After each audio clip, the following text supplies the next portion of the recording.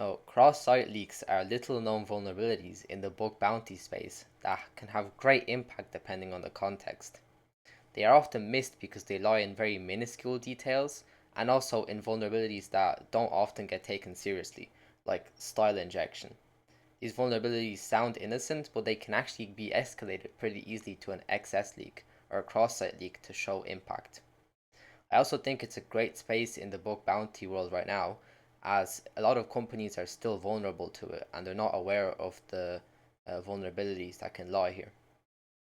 And also, since the rise of client-side rendering, a lot more work is done on the browser side, which means that cross-site attacks like cross-site leaks are actually becoming more and more common, which is why I think there's no better time to start looking at these vulnerabilities.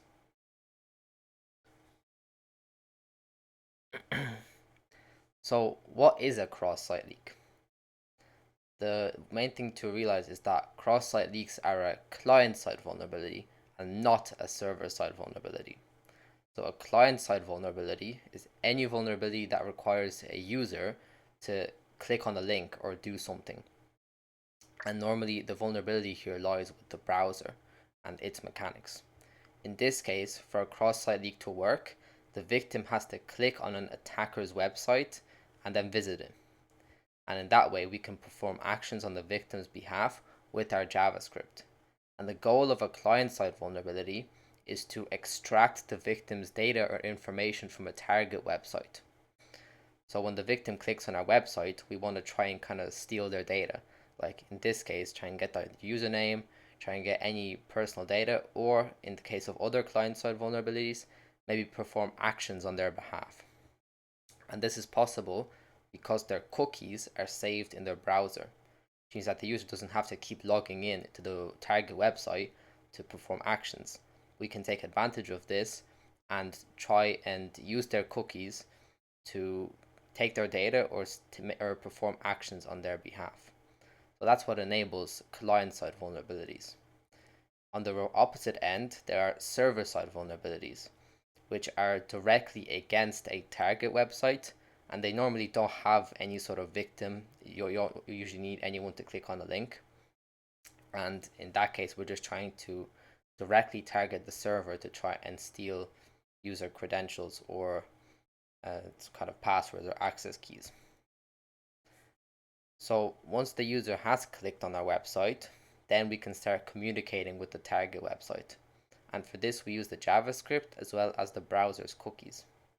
And from the target website, this could really be anything, we want to try and get the user's data or try and get some kind of credentials or perform actions on their behalf. And that's basically what a client-side attack is. So in terms of a cross-site leak, the impact is normally that the user is de-anonymized. What that means is that we can determine whether or not the user on the platform is logged in, what their username is, or more or less less impactful things like who their friends are on Facebook or something like this. And you can also sometimes escalate this to other bugs. Like if you're able to perform a cross-site leak, which is able to leak a CSRF token, then you might be able to escalate this to CSRF and then perform actions on the user's behalf. But for cross-site leaks, the most common impact is that you're able to determine whether the user is logged in or not and what their username is. That doesn't sound particularly scary, but certain websites do care about this, especially if, for example, you're like a celebrity and you don't want people to know your username on the platform. That could be an issue. Or if the platform is, yeah, like if the platform is trying to keep its users private, like I don't know, maybe OnlyFans or something doesn't want people to know your username, then they might care about de-anonymization and they might pay a reward for it. So now that I've explained what a cross-site leak is, we're going to hop into the demos. I'm going to show you what it actually looks like to use the JavaScript in order to try and leak a user's credentials. So here I just have a little setup to test for client-side attacks. I'm playing the role of the victim here, and this website right here, which is my bug bounty website, is going to serve as the resource holder. It's going to be the target website, and as you can see, we're currently not logged in, so we're going to change that in a minute. But this website over here called attacker.html is going to serve as the attacker's website, the one that the victim is going to click on. And you can see the code for that on the left, and I have prepared a few exploits here that we can potentially use to de-anonymize our user, which is me. So first thing I'm going to do is I'm going to log into this main website. So I'm going to visit login.php, and now we're going to get logged in. So I'm going to go back, refresh, and now we're logged in. So the way that worked is I went to the website and I got set some cookies, I logged in, and now the cookies have been read. So now, if you remember, my credentials are now saved in my browser. So now we're going to go back here and we're going to uncomment this bit, which is going to be the first exploit, and I'm going to explain this one in a minute. So to show you how this could possibly work, if I'm the victim who clicked on the website, I go here and I now refresh the page. Oh, sorry, let me just say that. Now refresh the page. You'll see that the website actually now knows that I'm logged in or not. And if I go to log out, so now I've logged out. Now hopefully we'll refresh this page and you should see, yeah, so the website now knows that I'm actually logged out as well. So how does this work? How did I manage to get this demo to work? Well, the website that I've built here is vulnerable to cross-site leak. So how is it vulnerable? Well, let's visit the go to request tab and see what's going on here. So I'm going to send this to the repeater, and I'm going to send this, and let's see what happens, right? So currently I'm not logged in, but the cookie that I've set here to be logged in is just called logged in here. So we'll just set this to true. And I mean, we imagine that the users has some kind of more sophisticated method of logging in. You can see that once I've set the cookie, it's giving me a 200 request. But once we set this to false, for example, we'll see that there's a 404 request, that the website responds very differently. And that is actually a vulnerability here, because we can actually determine whether or not this website is returning a 200 request or a 404 request from our JavaScript. So if I return back to my code, the attacker's victim here, we're using this probe error function here. So what this function is doing is it's trying to load a JavaScript script from the website, and then it's checking if it's successfully loaded or not. So this function is exposed by browsers, and the onload function here will trigger if the function loaded in successfully, and it will error if it did not load in successfully. And the way it determines if it loaded in successfully or not is if it returned a 200 status code or a 404 status code. So you're seeing now, so I've tried to load it in here, and if the victim is logged in, it will return a 200 request, and this function here will be triggered, and then I will know that the user is logged in because the script loaded in successfully. And if not, then it won't load in, and I will also know that the user is not logged in. So that's a way to de-anonymize the user.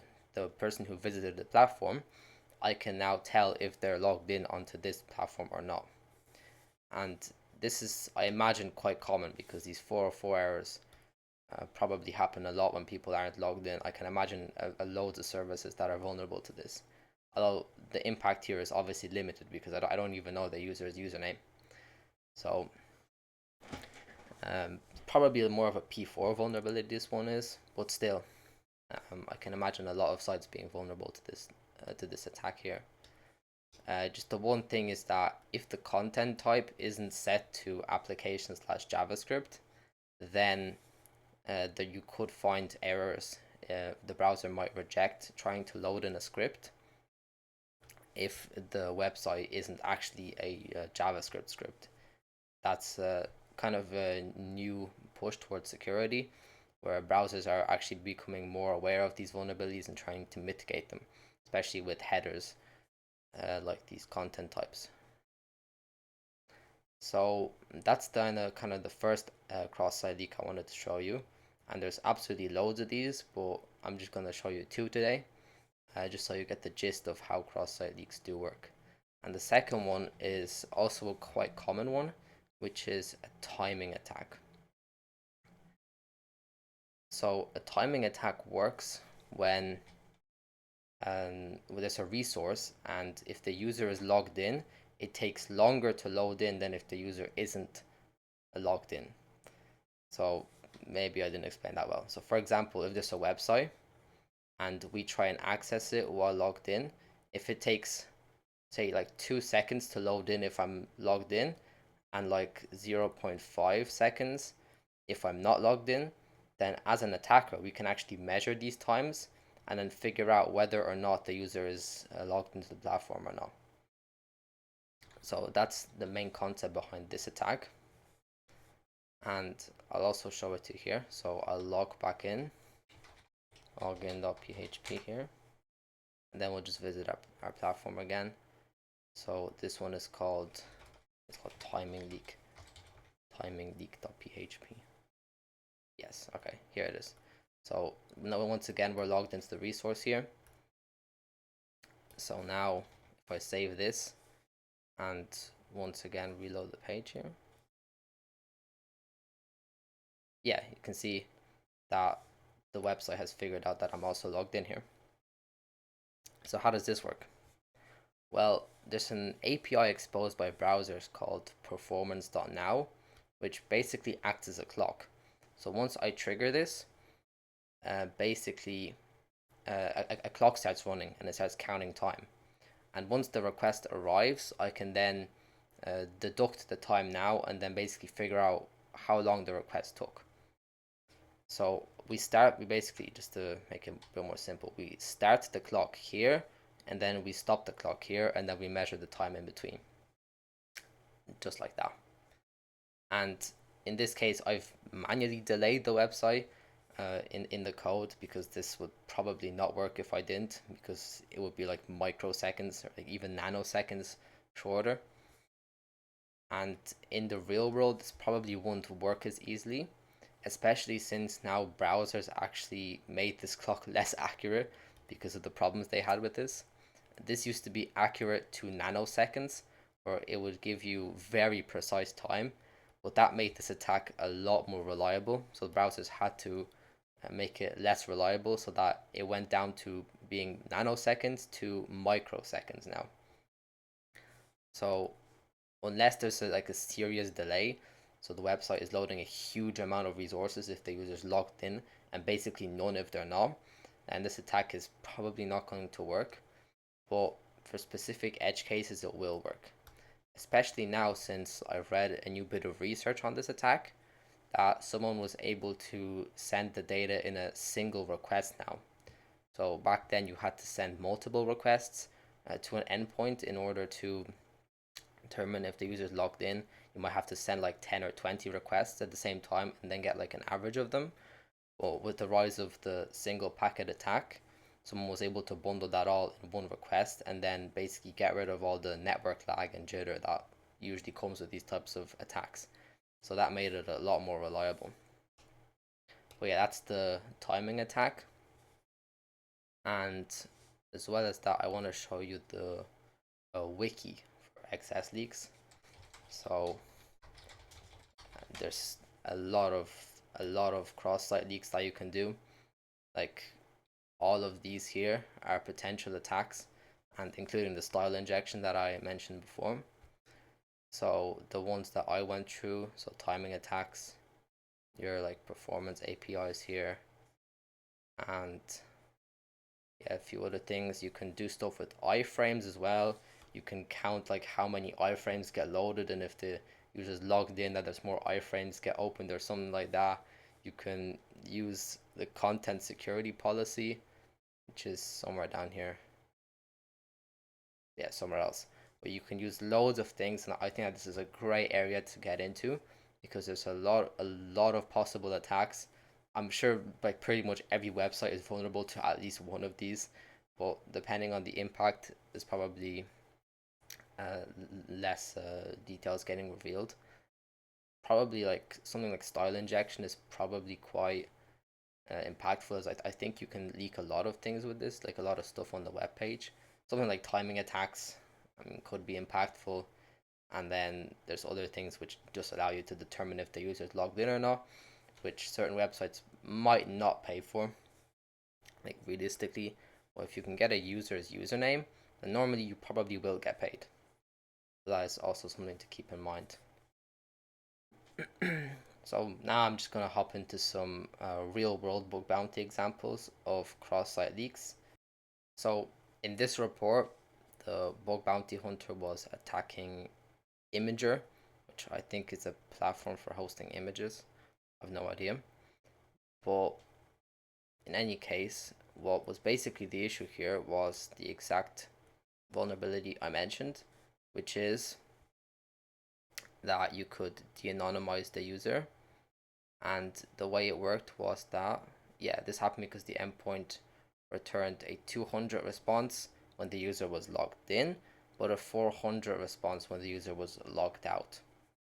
So in this case, it was basically able to use the exact same technique that I showed you before, which is the attacker was able to, yeah, could embed specific resources with a script tag and then check if the error or load error event was triggered. So the exact build that I show you, and you see it actually worked in real life. So someone actually got paid for this.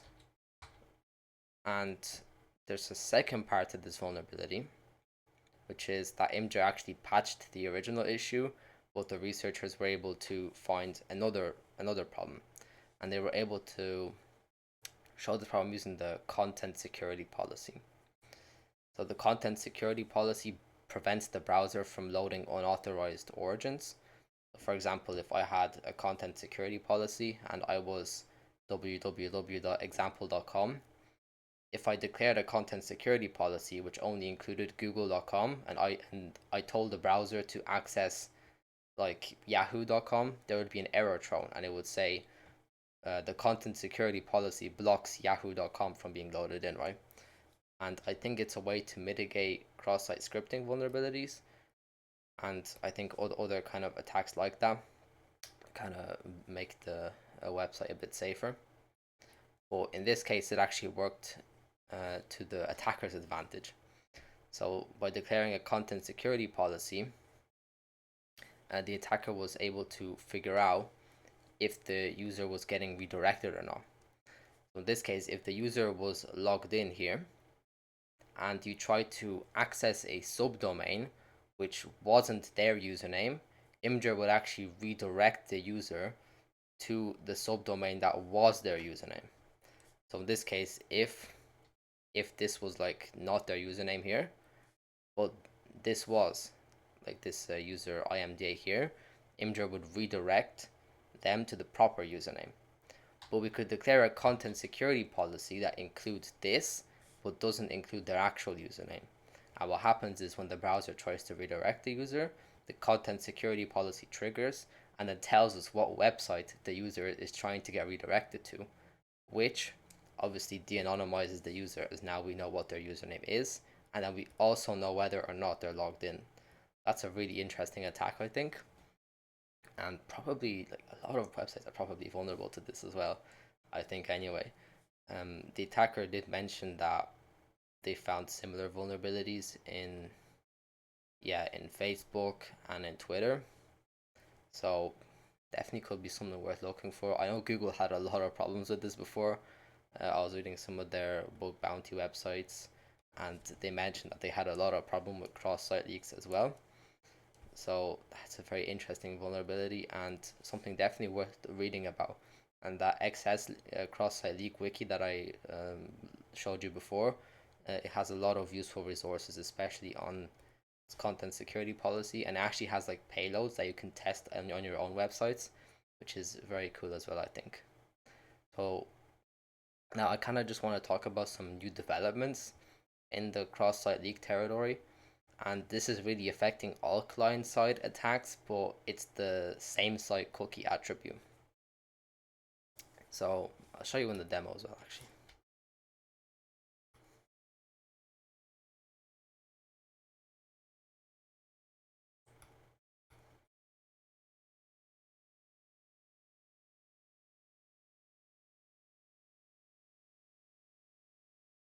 So if I go back to the demo here and I go to login again, I'm just going to intercept that request, the request that will set the cookies, right? So I'll just add the repeater there. And you can see that the cookies have this interesting attribute here, which is called same site. And I've deliberately set this to none so that all websites can access this cookie, right? So what this does is if I have a third-party website, like my attacker website here, so if I have like a third-party website and I want to use the user's cookies to fetch a request, if this same site is set to either lax or strict, then I can't do that as a different origin. The browser will not send those cookies in, which means that the client-side attack is impossible. So only if this attribute is set to none, then third-party websites or different domains can use these cookies. That's obviously a bit of an issue if we're trying to conduct these client-side attacks.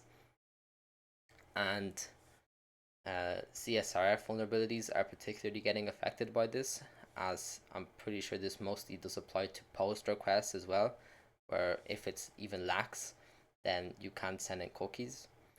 And by default, if you don't set an attribute for cookies, they're now set to lax, which does prevent third-party websites from running those requests. So that is a major hit for these client-side vulnerabilities, and which is also kind of why some of them have shifted into different attacks, right? So for example, you can now use more client-side attacks. Like with CSRF, you can use client-side CSRF instead of running it on your own local server, right?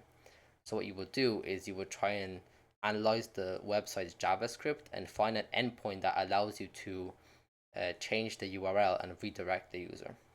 And this could be through something like client-side path traversal, and it's kind of like a CSRF method, but on the local website. So it's not really cross-site, but it's more like client-side request forgery, I guess. But that's kind of where I think a lot of these attacks are going. So that is something to keep in mind. And a lot of websites do actually set this to none anyway, so you might not have that much issue with it. But this same site attribute does mitigate these vulnerabilities a lot. So it's something you should keep in mind. So anyway, I hope you found this video helpful and that you learned a lot more about cross-site leaks than you did before. And if you did find it helpful, I recommend watching my previous episode on Hacktivity Explained, where I go over one super interesting report which combines a CSRF with a coarse chain and then one nice local file read into an SSRF vulnerability. And as always, thanks for watching and happy hunting.